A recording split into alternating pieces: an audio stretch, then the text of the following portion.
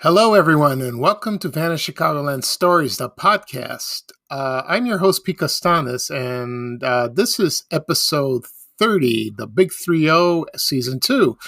And today is a Father's Day episode, and we will be talking about other things besides Father's Day. And right now, this program is brought to you by Zayre.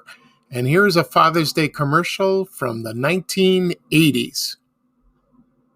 Daddy wants a drill for Father's Day. But we better get the right one. We better call for help. We'd like to really be part of your family. We'd like to make Zayre your store. Come along and say that Zayre. What's the best drill in the house? We're gonna show you we care. Do your dry cleaning too. We'd like to make Zayre your store. Now Dad could build me a go-kart.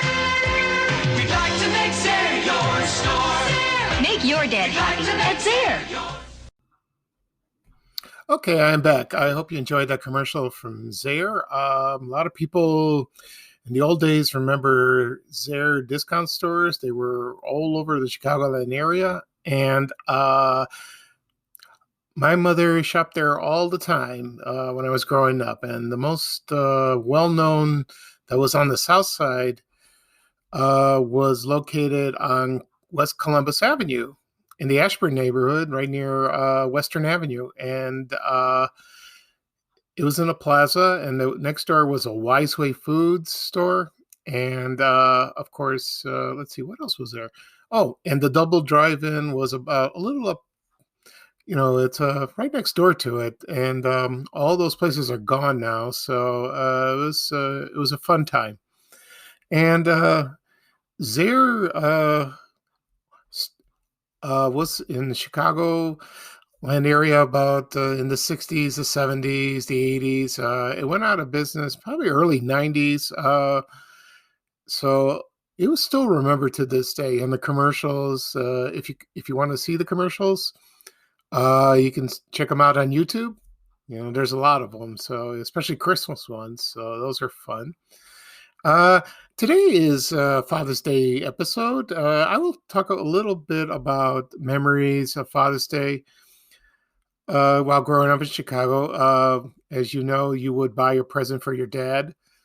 Sometimes it's hard to buy something for, especially him, because usually you would buy him a necktie. That's traditional. Excuse me. And then, or you take him out to dinner, or you could barbecue for him at your home. For my father, he was very unique. When I was growing up, my father was not a talker, and he didn't communicate, with other people or his family. That was a little frustrating. But my father hardly went to school. He only had a grade school education. Probably not dropped out, but. My grandmother didn't send him to school. They were very poor and growing up in Greece, and they worked at their property. So that he regretted that, and I didn't understand why my grandmother did that. I never know. I met her once when I was about 6 years old when I went to Greece in 1970. So my father came to America in 1952. Actually, my grandfather came earlier. He worked here in Chicago, and then he went back and forth. And then when my father came to Chicago, and like I said, in 1952, my grandfather died, so I never met him. And he started working here and there. And there was his first job was at a plant that made SOS pads. And my father told me one day that he hated that job. It was disgusting. He didn't like it at all. So next, the next job he found was a job that he worked almost to the rest of his life. And he was a busboy at the Hilton Hotel, which was then called the Conrad Hilton Hotel. It's still located on Michigan Avenue at 600 South Michigan near Balbo. And he was a busboy, and then he got promoted to waiter, and he worked at room service. And the thing is, when me and my brothers were growing up, we hardly saw him because he worked at nights and he made more money and more tips. And that was when he married my mom and told her about it. And she said she was fine with that. But my mom was alone, so that was hard. And when my mom came to Greece in 1962, when she got married, she didn't know anybody. She was all alone and scared. And that's frightening for her. So my dad, sometimes he was a selfish man, and then but he did take care of us. He put a roof over our heads and put money in the bank and make sure we went to college. He always harped on me every day. It drove me crazy, but I'm glad he did. So he sent me and my two brothers to college, and that made him very happy. And for Father's Day for him, when present, we always buy him a tie, or sometimes he didn't want a gift. As long as we were there for him, that was his present. And that's very, very touching, very special. And at the Connery Hilton, he worked there from 1952 to 1984. They were doing renovations, but I think he was forced to retire and with the other employees. He wasn't disappointed by that, but I'm glad he did. And it was weird for him being retired at home, and you see him all the time, because I never hardly did. And he died in January 6, 2006. And that was very sad. He was 91 years old. And he lived a long life. And my family still miss him to this day. But like I said before, he was difficult. Most fathers are wonderful. Most fathers would, when you grow up, you'd take them to baseball games, go fishing, go somewhere. My father never really took me anywhere. He didn't take me to the bathroom. That's how he was. But he did take me where he worked one day, and that was special. He showed me around, showed me the employees, the kitchen, the hotel. I remember one time there was a cotillion from a cotillion that was in 1983, I believe, and it was held there. And my dad arranged to have a hotel room for me to stay because it was very late, and I'm glad I did, and I'm glad he did. It was very nice of him. So my family will still miss him, and that's my Father's Day story. So I remember one gift I bought him at Carol's Red Hanger Shop. You remember the one that was on State and Randolph, I believe, but this one was located in Fort City shopping center on the southwest side, and I bought him a tie. And he liked the tie very much. I'm glad. But he told me, don't buy me any more gifts. I have ties. Save your money. Save your money. And I did. But, I felt foolish and weird not buying him a gift. Now, even on his birthday, he didn't want anything. That's how he was. It's very nice. Okay. Right now, I'll be talking about another subject, and this is about Tim Weigel, who was a Chicago broadcaster in Chicago. And a lot of people remembered him. And on Channel 5, Channel 7, and Channel 2. He was on 3 big channels. I don't know if he was on Channel 32. Maybe. I don't know.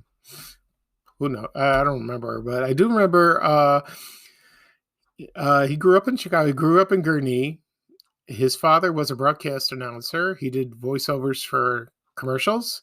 And he founded WCIU TV, which is still on the air on Channel 26, and we call it the U. And he, I don't know if he, from what I've read on his biography, he attended Yale University. He grew up in Lake Forest, and he was in the same college as Gene Siskel. And he graduated from Yale with a bachelor's degree in history, and then he returned to Chicago, and then he enrolled in Northwestern University. Then his first career was teaching, and he taught in Connecticut, and then he moved to Chicago. Then his broadcasting career started, and he was a college football writer for the Chicago Daily News. And in 1975, he was first on the air in WMAQ on the AM on the radio, and then a few months later, he debuted as a sports anchor on Channel 5. And yeah, he was only there for a couple of years, but I remember him vividly. I do remember it. It was, I think it was New Center 5 at the time. If people remember that, that was Jane Pauley and Ron Hunter. Yeah, I remember that, and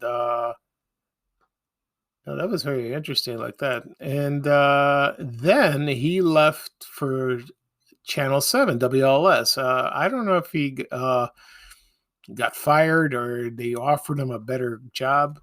I think that's what happened. So, and so he was on Channel 7. He started in 1977. He was there for a long, long time, long, long time. And what was unique about him, he would wear weird outfits, like it said, according to the Chicago Tribune, he would arrive he would wear a tuxedo jacket, a tie, and Bermuda shorts. Now, these days, if people did that today, it's nothing. But back then, it was something. So, and he was, and then he started his, which is well known, was his Weigel Wieners. And let's see, so he did his Weigel Wieners, and there were bloopers from all sports events: baseball, basketball, hockey. They were funny. And then I remember when he started presenting the Weigel Wieners, you would see a hot dog, like a gold trophy. Kind of funny, and I look forward to that. And those bloopers were, they were there until he was stayed till Channel 7, and he was there from excuse me, from 1977 to December 1994, and then he was fired, and then Mark Giancarlo took over. Which, by the way, Mark Giancarlo doesn't work there at Channel 7 anymore. It's like strange. And then in 1995, he joined WBB on Channel 2, and he was there for quite a while. Then around 2000 in June, he got sick, and he had a brain tumor, and then he had surgery, and then he had his operation, went through radiation treatments, and then he went back to work, and then about 6 months later, the tumor returned. So he died in June 17, 2001. So he died about 20 years ago, 2 days ago. He's been gone for 20 years. And I remember, I don't know if this was true. There was a rumor that he had a fist fight with somebody on the street. I'm not sure. I read that somewhere. I think somebody got belligerent and tried to pick a fight with him, and then he did fight with him. I don't know if this guy was drunk or someone he knew, but it was a funny story about that. I should have looked that up, to get more information. But, I want to remember him as a good man, good sportscaster. And he had 3 children. And his son, Rafer Weigel, he's very well known. He was an actor, and then he became a news anchor. No, then he was a sports anchor, then a news anchor. He was in Chicago on Channel 7, then he left for St. Louis, and then he returned to Chicago, and now he's not on the air anymore, but he's still on Facebook and Twitter. I became friends with him a little while ago. He seems like a very nice guy, very nice man. And also there's Jennifer. She talks on the radio. I'm not sure which radio station, but they're wonderful kids, and they carry on the legacy of their father and their grandfather. And and also their mother, and which she was on the she was on the radio. I'm trying to remember. Yeah, her name was Kathy Worthington, and I remember her on the radio. So that's it for Tim Weigel. He's well remembered, and we all miss him. But he's one of the few sportscasters that made his mark, and a lot of people remembered him for his colorful, how would I say, his personality. It's great. Okay, the next thing I will talk about is Riverview Park. Now, I'm going to talk about Riverview not in so much detail. I'm just going to talk about the beginning, how the park uh, started, and well, like how it formed. So let's see what we have here. Okay, according to some websites, the area was at Belmont and Western, and it was settled by German immigrants in the late 1880s. And the park was first called Schützen Park, and then which was in German, but it was first called Sharpshooters Park, and it was I think like a shooting range. So that was very weird, But it was a big area, large area, and then when they stopped that, they began renting the park for picnics, and it was like a private park. So people can go by, bring their picnic baskets, their kids, and enjoy the scenery. This is very, it sounds lovely at the time, And then they formed an association called the Sharpshooters Association, and that dissolved. And then two of the members purchased the land, and the partners were Wilhelm Schmidt and his partner George Goldman, and they operated the park as a picnic until 1903, when Schmidt's son George was in school in Europe and suggested to his father that they add rides to the ground, and he got that inspiration from some music parks he saw it in Europe. I don't know what part, but so his father took his advice, and he loved the idea of it, which is great. Okay, and let's see. And then, so Riverview opened in July. I'm trying to remember what exact date it opened. So I will tell you in a second. Yes, it opened on July 2nd, 1904. Then, the first roller coaster was called the White Flyer, and it was a figure eight shaped roller coaster. That's one of the first. I'm sure that was the first one. The other one was called the Top. I think that was the first roller coaster. I'm not exactly sure. So I will read about the White Flyer first. So that was one of the first attractions at Riverview. And so that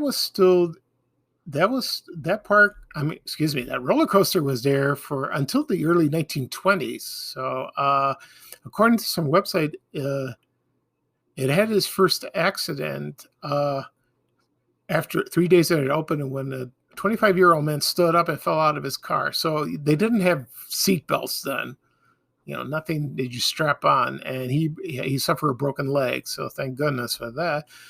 And I've seen pictures of it, and it looks real nice. And it says here the last surviving figure eight in the world.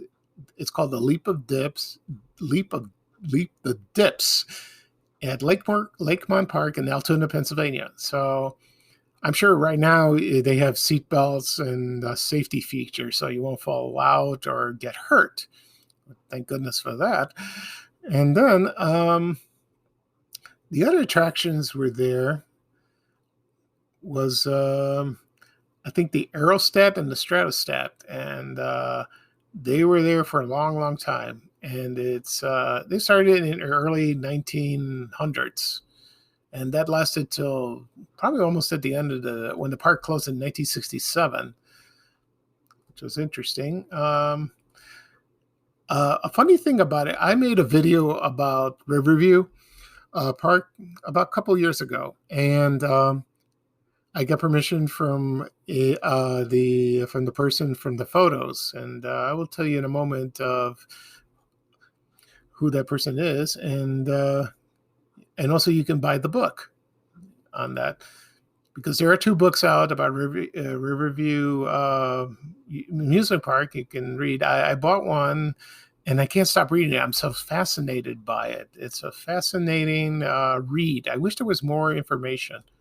I would love that so much. Anyway, but like I said before, I will not go into more detail. I'll talk about some more rides on Riverview Park on later episodes, maybe broken down to roller coasters, merry-go-rounds, other weird attractions. And then when I made the video about Riverview Park about in 2019, I took the photos and I posted them on Facebook and Twitter. I made a gallery of that, and I credited them. And then there were a few attractions that a lot of people were not familiar. One was called the Creation. Now that one, a lot of people saw that and they said they didn't believe that it was there, but it was there in the 1910s. But these people weren't born yet. I wasn't born yet, and they saying this doesn't exist. This is wrong. I tried to tell people it was there, based on history, but some people don't listen. I mean, what are you going to do? You try. You really try. I do my best. So when I posted the photos, and people are still commenting about 2 years later, and they still love it. They still love that. And it's still Riverview Park is still talked about today. And it's a funny thing because a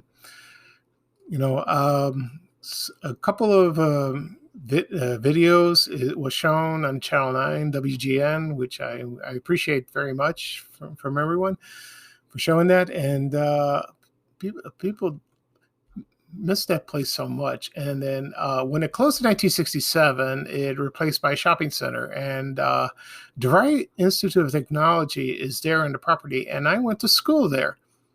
And I started in spring of 1983 and graduated from May 1986. And I did see, when I went to the police station that was located on Belmont Avenue, there's a plaque there of Riverview Park, and I saw it.